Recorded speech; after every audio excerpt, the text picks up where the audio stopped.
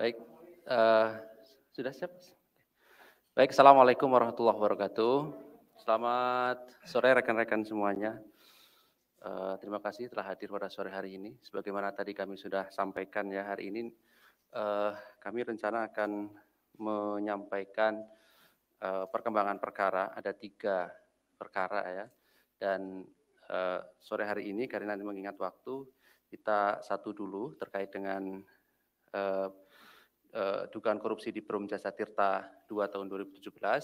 Nanti kalau habis maghrib baru nanti kita lanjutkan kompresnya dengan perkara di Bengkalis dan juga Banjarnegara. Sore hari ini kami akan menyampaikan lebih dahulu terkait dengan penahanan tersangka dugaan tindak pidana korupsi pengadaan pekerjaan jasa konsultasi di Perum Jasa Tirta 2 tahun 2017. Hadir sore hari ini Pak Deputi, Pak Karyoto yang nanti akan menyampaikan perkembangan dari perkara dimaksud, dan setelahnya nanti seperti biasa kami persilahkan rekan-rekan untuk bertanya lebih lanjut terkait dengan perkara ini. Mudah-mudahan nanti sebelum azan maghrib kita sudah bisa selesai dan nanti dilanjutkan setelah maghrib untuk konfres perkara yang lain. Baik, kami silakan Pak Karyoto untuk menyampaikan poin-poin perkara dimaksud. Terima kasih. Assalamualaikum warahmatullahi wabarakatuh. Selamat sore menjelang petang. Rekan-rekan media semua, mudah-mudahan sore ini kita dalam keadaan sehat. Saya akan bacakan tentang pointers penahanan tersangka terkait dugaan tindak pidana korupsi pengadaan pekerjaan jasa konsultasi di Perum Jasa Tirta 2 tahun 2017. Hari ini kami akan menyampaikan informasi terkait penahanan tersangka dalam dugaan tindak pidana korupsi terkait pengadaan pekerjaan jasa konsultasi di Perum Tirta 2 tahun 2017. KPK sebelumnya sudah menetapkan 2 tersangka sebagai berikut. A. Joko Saputro, Direktur Utama Perum Jasa Tirta 2, perkaranya telah diputus dan berkekuatan hukum yang tetap. Yang kedua, Dr. A.Y. swasta, atas perbuatan tersangka disangkakan melanggar pasal 2 ayat 1 atau pasal 3 Undang-Undang Nomor 31 Tahun 1999 tentang pemberantasan tindak pidana korupsi sebagaimana telah diubah dengan Undang-Undang Nomor 20 Tahun 2001 tentang perubahan atas Undang-Undang Nomor 31 Tahun 1999 tentang pemberantasan tindak pidana korupsi. Contoh pasal 55 ayat 1 ke 1 KUH pidana. Untuk kepentingan proses penyidikan, tim penyidik melakukan upaya paksa penahanan tersangka AY selama 20 hari. Pertama terhitung mulai tanggal 3 September 2021 sampai dengan 22 September 2021 di rutan KPK pada Gedung Merah Putih. Tersangka akan dilakukan isolasi mandiri selama 14 hari sebagai salah satu upaya mengantisipasi penyebaran COVID di dalam lingkungan rutan KPK. Konstruksi perkaranya sebagai berikut. Pada tahun 2016, Joko Saputro sebagai Direktur Utama Perum Jasa Tirta 2, DS diduga memerintahkan melakukan relokasi anggaran dan revisi anggaran dengan mengalokasikan tambahan anggaran pada pekerjaan pengembangan SDM dan strategi korporat dari nilai awal 2,8 miliar menjadi 9,55 miliar. Pengusulan perubahan tersebut diduga tanpa adanya usulan baik dari unit lain dan tidak mengikuti aturan yang berlaku. Setelah dilakukan revisi anggaran, Joko Saputro memerintahkan pelaksanaan pengadaan kedua kegiatan ini dengan menunjuk AY sebagai pelaksana pada kedua kegiatan tersebut. Pada pelaksanaannya, AY menggunakan bendera perusahaan PT BMEC dan PT 2001 Pangripta. Dengan adanya pemberian komitmen fee atas penggunaan bendera kedua perusahaan tersebut sebesar 15%. Dan dari nilai kontrak, sedangkan AY menerima fee 85% dari nilai kontrak.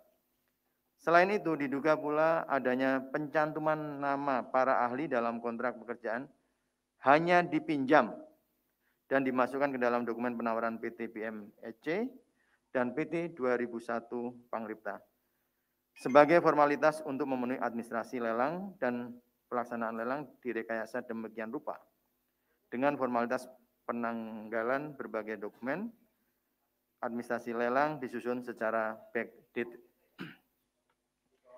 Akibat perbuatan tersangka diduga mengakibatkan kerugian keuangan negara sejumlah 3,6 miliar rupiah. Demikian yang saya sampaikan. Baik, terima kasih Pak Deputi yang telah membacakan poin-poin dimaksud. Kami silahkan, ada yang bertanya lebih lanjut terkait dengan perkara ini? Ada? Ya, 1, 2. 2 ya.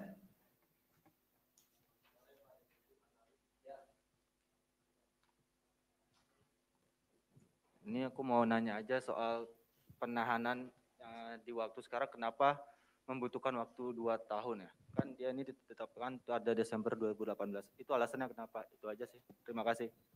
Terima kasih Mas Rian ya. Depannya Mas terkait?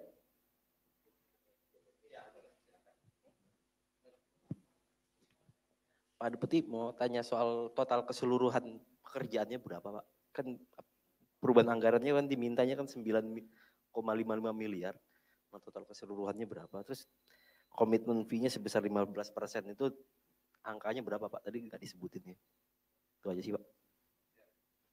Oke, 2 dulu ya. Terakhir ada? Kalau nggak ada 2 dulu ya. Baik, silakan Pak.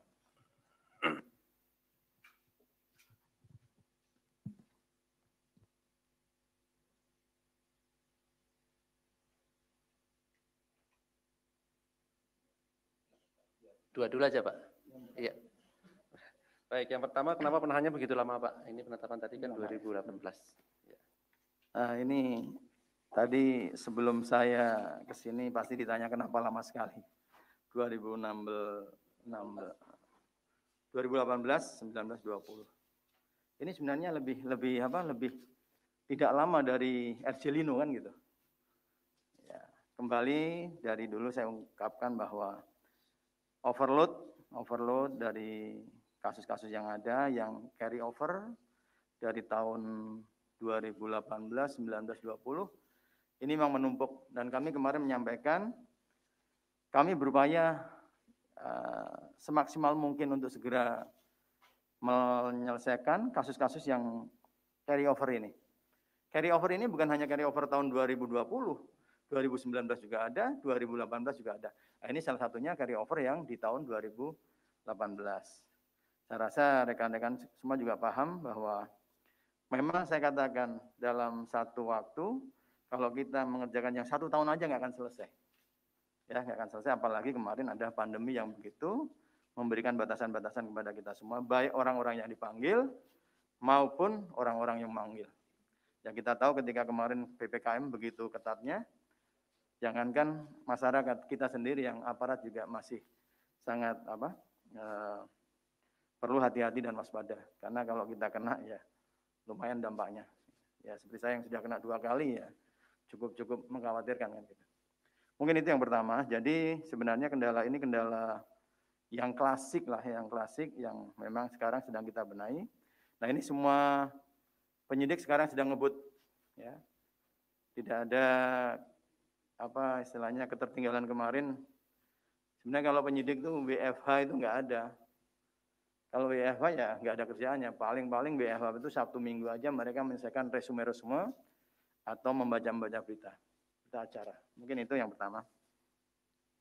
Yang kedua, masalah kerugian negara, ini mungkin Pak ahli tadi agak salah ketik, 85% berarti total loss ini. 85 plus 15 ya.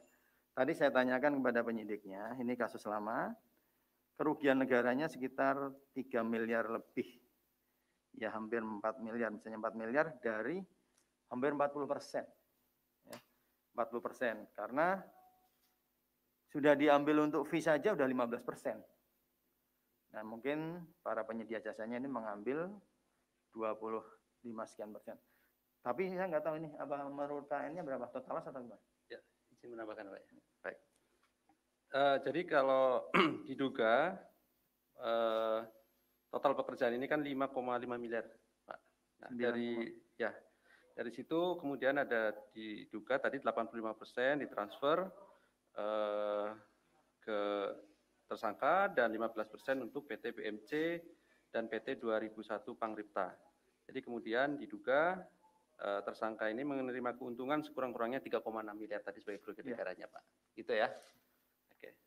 Mungkin jangan pertanyaannya disimpan aja untuk nanti setelah setelah acara yang ketiga ya, mungkin yang lebih seru karena ada Pak Ketua nanti akan ikut menyampaikan conference.